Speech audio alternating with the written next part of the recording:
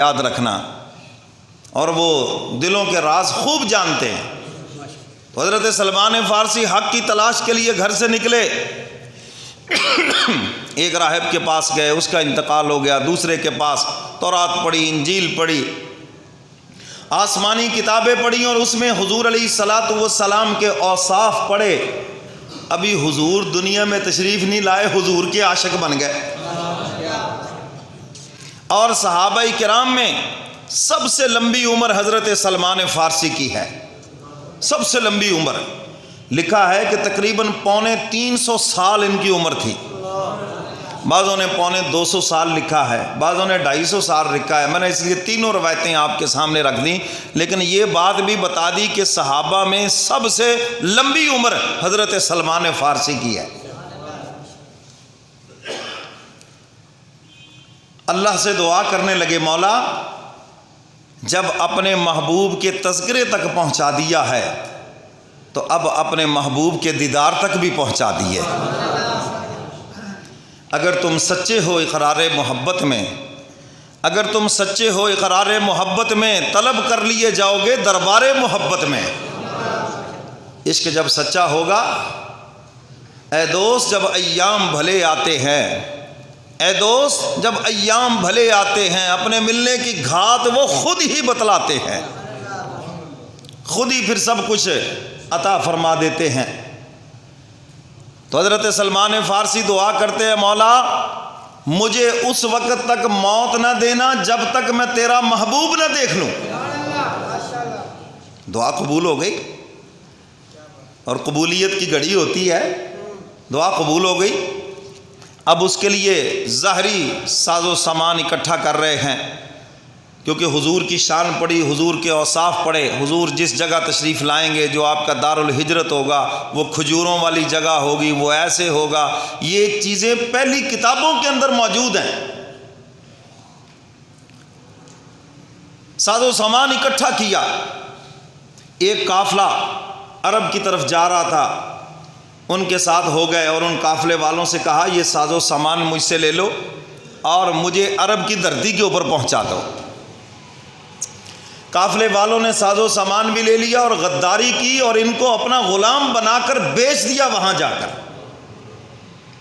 حضرت سلمان فارسی 10 لوگوں کے غلام رہے۔ ایک زمانہ گزر گیا، ایک مدت گزر گئی۔ حضور علیہ الصلاۃ والسلام کے اوصاف پڑھے ہیں کتاب کے اندر، حضور کی نشانیاں پڑھی ہیں، 3 مقبول نشانیاں حضور کی پڑھی ہیں، اور وہ ذہن میں ہیں۔ کوئی بھی نیک انسان کسی کے متعلق سنتے، وہاں جاتے دیکھتے، کہتے نہیں، جو نشانیاں میں نے وہ کتاب میں اس آخر الزمان پیغمبر کی پڑھی ہیں وہ اس میں نہیں ہیں۔ اللہ تعالیٰ نے اپنے محبوب کو بھی بے مثال نشانیاں عطا فرمائیں، اور اپنے محبوب کی امت کو بھی بے مثال نشانی عطا فرمائی۔ ایک صحابی نے یہی تو پوچھا تھا، اللہ کے محبوب قیامت کے دن تو ساری امتیں ہوں گی، ہم آپ کو کیسے پہچانیں گے؟ سارے نبی ہوں گے، 1,24,000 44,000 اتنے نبی ہوں گے، ہم تو چلو پہچان لیں گے کیونکہ آپ جیسا تو ہے ہی کوئی نہیں، آپ تو انبیاء میں بھی بے مثل ہیں، تو سب کے بیچ میں بھی کھڑے ہوں گے تو ہم پہچان لیں گے، تو آپ ہمیں کیسے پہچانیں گے؟ حضور علیہ الصلاۃ والسلام نے فرمایا، میرے صحابہ، اللہ نے میری امت محمدیہ کو ایک خاص نشانی دی ہے جو پہلی امتوں کو نہیں عطا فرمائی۔ فرمایا کہ وہ ہے تمہارے وضو کے اعضاء کا چمکنا، تمہارا چہرہ، تمہارے ہاتھ، کونیاں، اور تمہارا سر اور تمہارے پاؤں، حضور فرماتے ہیں ایسے چمکیں گے حشر کے میدان میں جیسے 14ویں رات کا چاند چمکتا ہے۔ اور حضور فرماتے ہیں میں دور سے پہچان لوں گا یہ میرے امتی ہیں۔ صحابہ نے عرض کیا، اللہ کے محبوب پھر ہم تو اس چمک کو خوب بڑھائیں گے۔ حضور نے فرمایا تمہاری مرضی ہے۔ کیا مطلب؟ کہ ہر وقت باوضو رہیں گے تاکہ ہمارے اعضاء زیادہ چمکیں۔ تو جو بندہ باوضو رہتا ہے وہ انشاءاللہ نمازی بھی بن جاتا ہے، کیونکہ یہ وضو ہتھیار ہے نا، تو ہتھیار جب آدمی کے پاس ہو، مسلح ہو، تو شیطان بھاگ جاتا ہے نا پھر وہاں سے، اور اس کو نماز پڑھنا آسان ہو جاتا ہے۔ تو حضور علیہ الصلوۃ والسلام نے فرمایا میں وضو کے اعضاء سے پہچان لوں گا یہ میری امت ہے، اور تم مجھے پہچان لو گے یہ ہمارا محبوب ہے۔ میں پکی نشانیاں ہیں۔ تو حضور علیہ الصلوۃ والسلام کی نشانیاں اور کتابوں میں پڑھی ہیں، اوصاف پڑھے ہیں، تورات میں، انجیل میں۔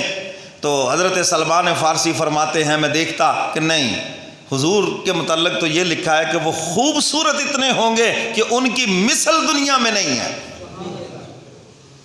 سوائے حضرت حسن اور حسین کے۔ سبحان اللہ۔ ہاں، یہ دونوں حضور کے مشابہ تھے۔ صحابہ کا جب جی چاہتا تھا حضور کا دیدار کریں، حضور تو دنیا سے پردہ فرما گئے، حسن اور حسین کو بلاتے تھے، حضور کی یاد تازہ ہو جاتی تھی۔ حضرت سلمان فارسی فرماتے ہیں میں 10 آقا کے پاس رہا، کسی نے مجھے کتنے سال رکھا پھر بیچ دیا، کتنے سال رکھا پھر بیچ دیا۔ فرمایا کہ بکتے بکاتے مجھے پھر ایک یہودی جو مدینہ کا رہنے والا تھا اس نے خریدا، اور وہ خرید کے مجھے یثرب اس وقت اس کا نام تھا، وہ مجھے مدینہ کے اندر لے آیا۔ کہتے جب میں مدینہ پہنچا تو میرے اندر نے ایک آواز دی کہ لگتا ہے سلمان یہ وہی جگہ ہے جس کا تذکرہ تو نے کتابوں کے اندر پڑھا ہے۔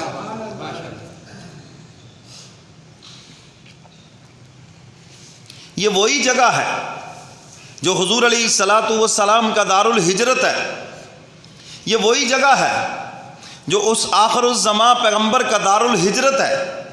کہتے میرے دل نے یہ گواہی دی کہ جو اوصاف میں نے 15 سال کی عمر میں بچپن میں پڑھے تھے، اگرچہ زندگی کی شام ہو رہی ہے لیکن مجھے وہ نشانیاں حضور کی یاد ہیں، حضور کے شہر کی نشانیاں بھی یاد ہیں، تو یہ وہی شہر لگتا ہے۔ حضرت سلمان فارسی فرماتے میں نے لوگوں سے پوچھا، آنے جانے والوں سے، اس یہودی نے مجھے اپنے باغ میں لے گیا، اس کا کھجوروں کا باغ تھا، تو باغ میں مزدوری کرتا تھا، جو بھی وہاں آتا میں پوچھتا کوئی نبی، کہتا جی یہاں تو کوئی نہیں، مکے میں سنا ہے البتہ۔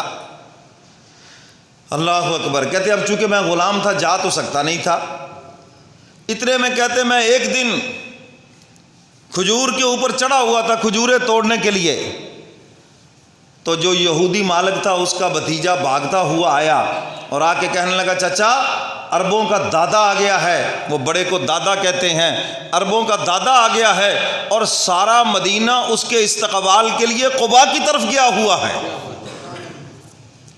کہتے میرا بھی کان ادھر لگا، میں نے بھی یہ بات سنی، میں نے کہا لگتا ہے یہ میرا بھی محبوب آ گیا ہے، میرا بھی مطلوب آ گیا ہے، جس کی محبت میں نے 250 سال گزار دیے، جس کی محبت کے اندر اتنا لمبا عرصہ گزار دیا، جس کے دیدار کے لیے اس قدر بے چین ہوں، لگتا ہے وہی آ گیا۔ کہتے میں کانپنے لگا اور میرے ہاتھ چھوٹ گئے، میں زمین کے اوپر گرا اور میں اپنے آقا کے پاس آ کے کہنے لگا یہ بچہ کیا کہہ رہا ہے؟ کہتا اس نے میرے چہرے کے اوپر زور سے تھپڑ مارا، تم کون ہو ہمارے معاملے میں مداخلت کرنے والے؟ یہاں کون آیا کون گیا، تمہیں اس سے کیا سروکار ہے؟ تم ملازم ہو غلام ہو، چلو جا کے اپنا کام کرو۔ اللہ اکبر۔ کہتے میں آ گیا لیکن دل نے کہا کہ سلمان تیرا مطلوب آ گیا ہے۔ ہاں، کہتے میں آ کر اپنے کام میں مصروف ہو گیا اور دل میں تڑپنے لگا، تڑپ بڑھ گئی ایک دم سے کہ لگتا ہے حضور آ گئے، کیونکہ یہ دل کا جو رابطہ ہوتا ہے نا یہ بڑا خفی رابطہ ہوتا ہے، اسی لیے تو کہتے ہیں کہ اللہ والوں سے جو رابطہ ہے وہ دل کا رابطہ رکھیں۔ کس کا رابطہ رکھیں؟ ظاہر کا رابطہ ہو جائے ٹھیک ہے، نہ بھی ہو، دور بھی بیٹھے ہوں تو دل کے رابطے سے ہی انوار و برکات منتقل ہو جائیں گے۔